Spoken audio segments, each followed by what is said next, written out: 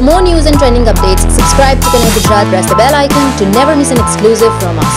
નમસ્કાર દર્શક મિત્રો, આપ નિહાળી રહ્યા છો કનેક્ટ ગુજરાત બુલેટિન. હું છું આપની સાથે હેમલતા. સમાચારની શરૂઆત કરતા પહેલા નજર કરીશું આજના મુખ્ય સમાચાર પર. રાજકોટમાં કિસાન સંઘની આગેવાનીમાં ખેડૂતોએ યોજી રેલી. પોલીસે ખેડૂતોની કરી અટકાયત.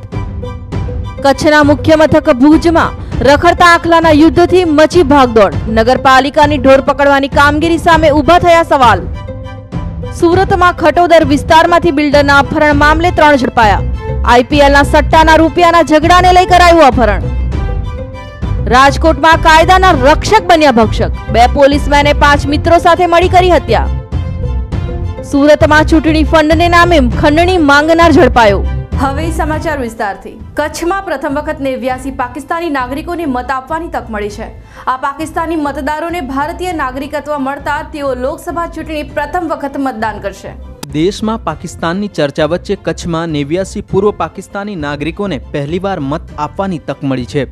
મૂળ પાકિસ્તાની પરંતુ વર્ષોથી હિજરત કરી કચ્છમાં વસવાટ કરી રહેલા 89 લોકોને 3 વર્ષે ભારતીય નાગરિકતા મળી છે. 2016માં 17, 2017માં 26 અને 2018માં 46 પાકિસ્તાનીઓને ભારતીય નાગરિકતા પ્રદાન કરવામાં આવી છે. ભારતીય નાગરિકતા મેળવનાર આ 89 લોકો સંવિધાનમાં મળતા અધિકારના હકદાર બન્યા છે. કચ્છમાં વસવાટ કરનારા 89 લોકોને 2019માં પહેલીવાર પોતાના દિલ્હીના પ્રતિનિધિને એટલે કે વડાપ્રધાનને ચૂંટવાની તક મળી છે.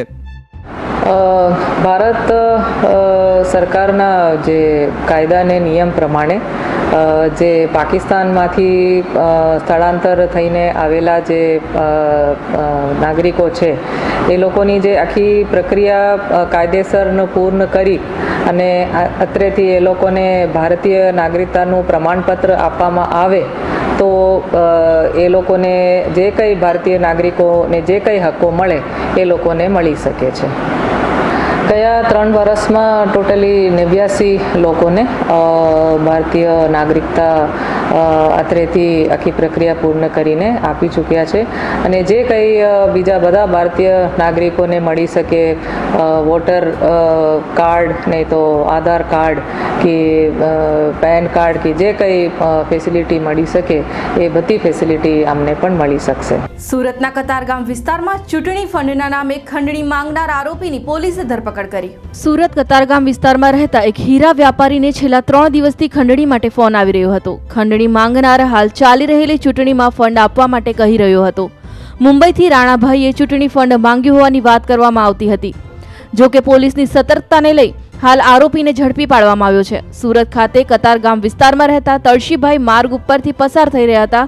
તે સમયે એક વ્યક્તિ દ્વારા તેમને રસ્તા ઉપર રોકવામાં આવ્યા હતા અને પોતાના મોબાઈલમાં તેમના પુત્રનો ફોટો બતાવી 50 લાખની ખંડણીની માંગ કરવામાં આવી હતી. જો કે તળશીભાઈ સતર્ક હતા. તેમના દ્વારા આરોપીને અનેક પ્રશ્ન પૂછવામાં આવ્યા હતા પરંતુ તે જવાબ આપી શક્યો ન હતો. તેથી તે ત્યાંથી ફોન ઉપર સંપર્કમાં રહેવાનું કહી ફરાર થઈ ગયો હતો. તે ફોન ઉપર અને રૂબરૂ બંને વખતે ચૂંટણી ફંડ માટે મુંબઈથી રાણાભાઈએ 50 લાખ માંગ્યાની વાત કરતો હતો. ઉપરાંત તે તળશીભાઈના પુત્રને મારી નાખવાની ધમકી આપી રહ્યો હતો. સાથે સાથે એ વ્યક્તિએ પોતાના એકાઉન્ટ નંબર પર તળશીભાઈને નાણાં જમા કરાવવા માટે આપ્યું હતું. તુલસીભાઈએ એમના સગા સંબંધીઓની સાથે ચર્ચા કર્યા પછી પોલીસ કમિશનર શ્રી સુરત શહેરનો સંપર્ક કરેલો અને કમિશનર સાહેબે ગુનાની ગંભીરતા સમજીને તુલસીભાઈને સુરત ક્રાઇમ બ્રાન્ચ ખાતે મોકલેલા. એ બાબતે ક્રાઇમ બ્રાન્ચમાં ગુનો દાખલ કરવામાં આવેલો અજાણ્યા ઇસમની સામે. એ મોબાઈલ ટેલિફોન આધારે અને એણે આપેલા એકાઉન્ટ નંબરના આધારે એ વ્યક્તિની ક્રાઇમ બ્રાન્ચ દ્વારા ધરપકડ કરવામાં આવેલી છે. પોલીસ સબ ઇન્સ્પેક્ટર પનારા અને એમની ટીમ દ્વારા એ આરોપીની પૂછપરછ કરતા આરોપીનું નામ છે સાવન પંકજભાઈ ગઢિયા, જે 23 વર્ષની ઉંમરનો છે અને કતારગામ વિસ્તારમાં જ રહે છે. એ વ્યક્તિએ આ તુલસીભાઈના છોકરાનો ફોટો 2-3 વખત એને અગાઉ મળવાનું થયું ત્યારે એને પોતાના મોબાઈલમાં પાડી રાખેલો હતો અને ત્યાર પછી એને પોતાને પૈસા કમાવાના એક ઈરાદાપૂર્વક બીજું કંઈ કામ ન હોય અને પૈસાની એને જરૂરિયાત હોય અને તુલસીભાઈ છે પૈસા પાત્ર છે ને ડાયમંડના મોટા વેપારી છે એટલે એમને ધમકાવી એના પૈસા પડાવવા માટેનું આખું એક પોતે જ ઊભું કરેલું કાવતરું હતું અને એમાં આ સાવન પંકજભાઈ ગઢિયાની ધરપકડ કરવામાં આવી છે. એની પૂછપરછ કરવામાં આવી રહી છે. સાવન છે એ પોતે અગાઉ 3 જેટલા ગુનામાં મારામારી અને દારૂ પીવાના ગુનાઓમાં પકડાયેલો છે અને હાલમાં બેકાર અવસ્થામાં અને રખડતો વ્યક્તિ છે. એ અન્ય કોઈ ગુનામાં સંડોવાયેલા છે કે આ પ્રકારની ખંડણી કોઈ બીજા પાસે માંગેલી છે કે એ બાબતની તપાસ ચાલુ છે। રાજકોટમાં કાયદાના રક્ષક બન્યા ભક્ષક। 2 પોલીસકર્મીએ 5 મિત્રો સાથે મળી 2 યુવાનો પર છરીથી હુમલો કર્યો। રાજકોટમાં હત્યાનો બનાવ સામે આવ્યો છે, જે હત્યા બીજા કોઈએ નહીં પરંતુ 2 પોલીસમેને પોતાના 5 મિત્રો સાથે મળી કરી હોવાનું ખુલ્યું છે। ગાળ બોલવા જેવી નાની બાબત હત્યા સુધી પહોંચી છે। જસદણનો અભિનવ ખાચર 5 વર્ષ પહેલા બનેલ વિપુલ મર્ડર કેસમાં બુધવારે કોર્ટમાં હાજરી આપવા પોતાના મિત્ર કુલદીપ સાથે રાજકોટ આવ્યો હતો, તો બાદમાં ઇન્દિરા સર્કલના પુલ નીચે ગોલા ખાવા ગયા હતા, જ્યાં અન્ય શખ્સો સામે સામું જોવા બાબતે ગાળોગાળી થઈ હતી। જે મામલે ટ્રાફિક શાખાના કોન્સ્ટેબલ હિરેન ખરેડિયા, પ્રતાપનગર પોલીસ સ્ટેશનના વિજય ડાંગરે, તેના મિત્ર અર્જુનસિંહ ચૌહાણ સહિત 7 લોકોએ છરી અને તીક્ષ્ણ હથિયારના ઘા મારી હુમલો કર્યો હતો, જેમાં કુલદીપનું મોત નીપજ્યું હતું અને અભિનવને ગંભીર ઈજા પહોંચતા સારવાર માટે હોસ્પિટલે ખસેડ્યો હતો। ત્યારે પોલીસે આ મામલે ગુનો નોંધી આરોપીઓ અંગે વધુ તપાસ હાથ ધરી છે, તો પરિવારજનોએ જ્યાં સુધી આરોપીઓને ન પકડાય ત્યાં સુધી લાશ ન સ્વીકારવાની વાત કરી છે। રાજકોટમાં કિસાન સંઘની આગેવાનીમાં ખેડૂતોએ રેલી યોજી હતી। મંજૂરી વિના રેલી કરતા પોલીસે ખેડૂતોની અટકાયત કરી। લોકસભાની ચૂંટણીના 3જા તબક્કામાં મતદાનને આડે હવે ગણતરીના દિવસો જ બાકી બચ્યા છે। બંને મુખ્ય રાજકીય પાર્ટી ભાજપ અને કોંગ્રેસ ખેડૂતો માટે ચૂંટણી ઢંઢેરામાં અનેક જાહેરાતો કરી છે। તેમ છતાં જગતનો તાત હજુ પણ ધમધકતા તાપમાં આંદોલન કરતો નજરે પડી રહ્યો છે। ત્યારે આવો જ કંઈક હાલ આજે જોવા મળી રહ્યો રાજકોટમાં। રાજકોટ કિસાન સંઘ દ્વારા બહુમાળી ચોક ખાતે ખેડૂત સંમેલન અને ત્યારબાદ રેલીની મંજૂરી મંગાવવામાં આવી હતી, જો કે તંત્ર દ્વારા સભાની અને રેલીની મંજૂરી આપવામાં આવી ન હતી। ત્યારે ખેડૂતો સભા કરે તે પહેલા જ પોલીસના ધાડે ધાડા ઉતારી દેવામાં આવ્યા હતા, જેના પગલે ખેડૂતોને સંમેલનનું તાત્કાલિક સ્થળ બદલાવી ઉગ્ર વિરોધ નોંધાવ્યો હતો। તો ત્યારબાદ ખેડૂતો વિશાળ માત્રામાં રેલી સ્વરૂપે કલેક્ટરને આવેદનપત્ર આપવા માટે નીકળ્યા હતા, જો કે રેલી કલેક્ટર કચેરીએ પહોંચે તે પહેલા જ તેમની અટકાયત કરી લેવામાં આવી હતી। આમ જગતનો તાત પોતાની રજૂઆત સરકારી અધિકારીઓ સમક્ષ કરી શક્યો ન હતો।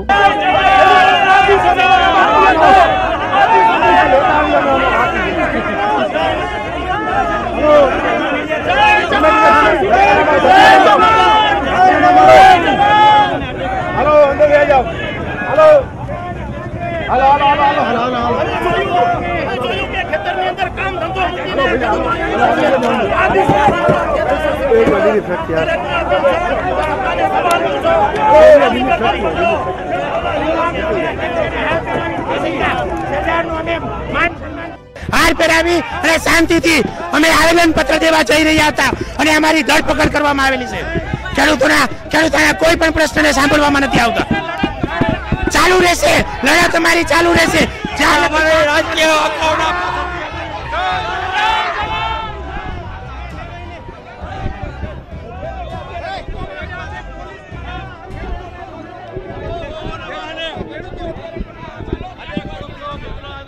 સુરતના ખટોદરા વિસ્તારમાંથી આઈપીએલના સટ્ટામાં હારેલા રૂપિયાના ઝઘડાને લઈને બિલ્ડરનું અપહરણ કરનાર 3 ઝડપાયા। સુરત ક્રિકેટના સટ્ટામાં 2 લાખ હારી ગયેલા પાંડેસરાના માથાભારે મોન્ટુ માલ્યાએ તેના 2 સાગરીતો સાથે અલથાણાના બિલ્ડરનું કારમાં અપહરણ કર્યું હતું। સુરત અલથાણા પરસોત્તમનગરમાં રહેતા બિલ્ડર અનિલ ચંદ્રકાંત ઠાકુરની ઓળખાણ પાંડેસરાના ભોલા સાથે થઈ હતી। ભોલાએ બિલ્ડર અનિલની પાંડેસરામાં રહેતા માથાભારે મોન્ટુ માલ્યા જોડે ઓળખાણ કરાવી હતી। બિલ્ડર તેના મિત્રો સાથે ક્રિકેટનો સટ્ટો રમતા હતા।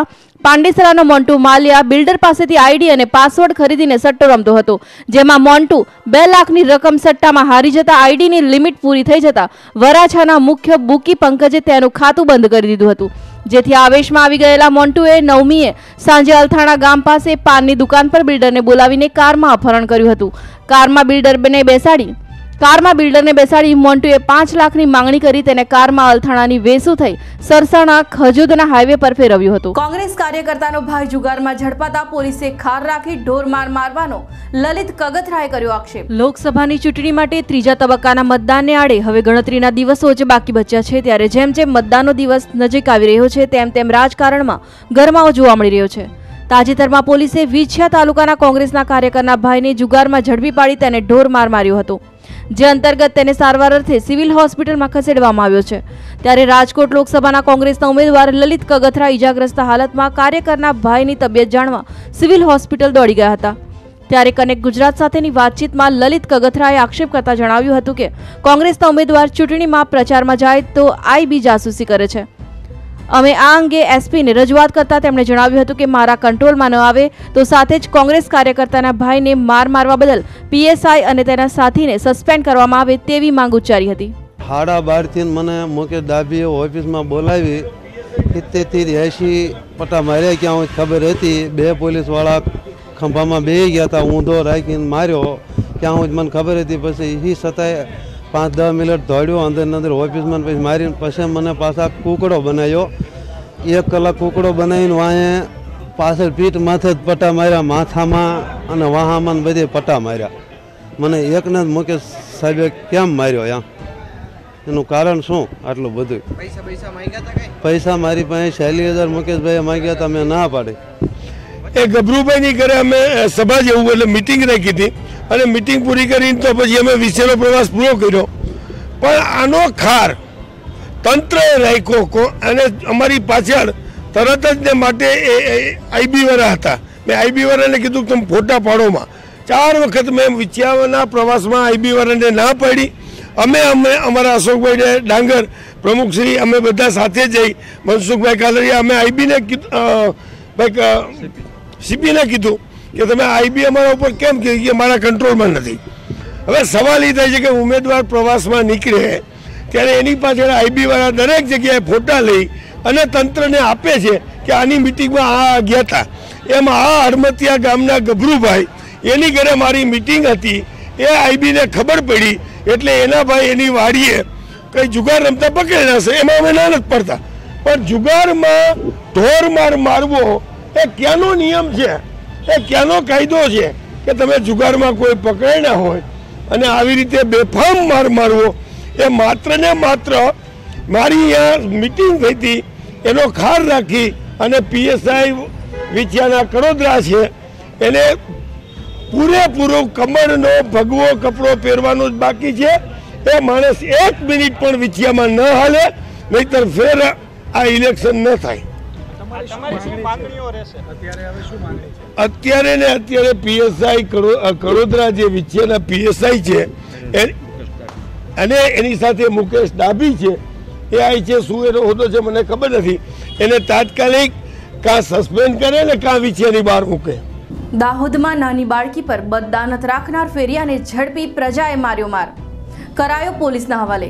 દાહોદના ઉસરવાણ ગામે બાઇક ઉપર તરબૂચ વેચવા આવતા ફેરિયાએ નાની બાળકીને ખાવાની વસ્તુ આપવાના બહાને અને બદલામાં બાળા પાસે વિકૃત માનસિકતાથી ખોટી હરકત કરાવતા ઝડપાઈ ગયો હતો. વ્યક્તિની વિકૃત હરકતને પગલે સ્થાનિકોએ નરાધમને મેથી પાક ચખાડ્યો હતો. ત્યારબાદ તેને તાલુકા પોલીસને હવાલે કર્યો હતો. જોકે આ ઘટનાનું છાત્રાએ મોબાઈલમાં રેકોર્ડિંગ કરી લેતા એક છાત્રની જાગૃતતાથી બાળકી પીંખાતી બચી હતી. આ ઘટનાના પગલે આખા ગામના લોકો ભેગા થઈ ગયા હતા અને આ મામલે દાહોદ તાલુકા પોલીસને જાણ કરતા પીએસઆઈ PM મકવાણા સહિતનો સ્ટાફ ઘટના સ્થળે ધસી આવ્યો હતો. પોલીસે આ મામલે ગુનો દાખલ કરવાની તજવીજ હાથ ધરી હતી. જો જાગૃત વિદ્યાર્થીએ વિડીયો ઉતારીને ગામના લોકોને નહીં બતાવ્યો હોત તો કદાચ આ સિલસિલો અવિરત ચાલતો રહેત. સુરતના પાંડેસરા વિસ્તારમાં આવેલ વડોદ ગામ પાસે લૂંટના ઈરાદે હત્યા કરી નાસી જનાર આરોપીઓની પાંડેસરા પોલીસે અટકાયત કરી છે. સુરત પાંડેસરા વડોદ ગામ ખાતે ગત 6 ફેબ્રુઆરીએ ઉમેશ રાય પસાર થતો હતો ત્યારે બાઇક પર આવેલા 2 લોકોએ લૂંટના ઈરાદે ઉમેશની હત્યા કરી નાસી ગયા હતા. આ બનાવમાં પહેલા એક આરોપી આકાશસિંહ સૂર્યવંશી ઝડપાયો હતો. આકાશસિંહે તેના સાગરીતનું નામ પ્રકાશ સારનાથ યાદવ જણાવ્યું હતું. પ્રકાશ હત્યા બાદથી નાસ્તો ફરતો હતો. પાંડેસરા પોલીસ સ્ટેશનના હેડ કોન્સ્ટેબલ લાલાભાઈ લક્ષ્મણભાઈ, રોહિતભાઈ, કોન્સ્ટેબલ રાજુભાઈ, રઘુનાથભાઈ વગેરે પેટ્રોલિંગમાં હતા ત્યારે બાતમીના આધારે તેઓએ આરોપી પ્રકાશને ગુજરાત હાઉસિંગ બોર્ડના પાણીની ટાંકી પાસેથી ઝડપી પાડ્યો હતો. હાલ પાંડેસરા પોલીસે આરોપીઓની ધરપકડ કરી વધુ તપાસ હાથ ધરી છે. કચ્છના મુખ્ય મથક ભુજમાં રખડતા ઢોરોએ આતંક મચાવતા લોકો ભયભીત બન્યા છે. શહેરના ગણેશ ચોકમાં 2 નંદીઓ યુદ્ધ પર ઉતરી આવતા નાસભાગ મચી હતી.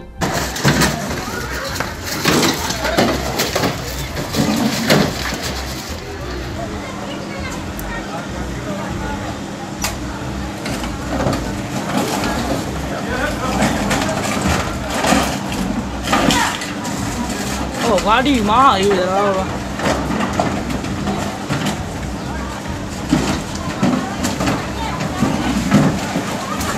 કચ્છના મુખ્ય મથક ભુજમાં રખડતા ઢોરોએ આતંક મચાવતા લોકો ભયભીત બન્યા છે. શહેરના જ્યેષ્ઠાનગરના ગણેશ ચોકમાં 2 નંદીઓ યુદ્ધ પર ઉતરી આવતા અફડાતફડી મચી જવા પામી હતી. લડતા બંને આખલા રિક્ષામાં ફસાઈ જતા ભાગદોડ મચી જવા પામી હતી. ચોકમાં અનેક દુકાનો આવેલી હોય આ વિસ્તાર સતત ધમધમતો રહે છે. તેવામાં આખલા યુદ્ધ અને આખલાઓ રિક્ષામાં ફસાઈ જતા સ્થાનિકો ભયભીત બની ગયા હતા. તો આ હતા આજના સમાચાર. આવતીકાલે ફરી મળીશું નવા સમાચાર સાથે.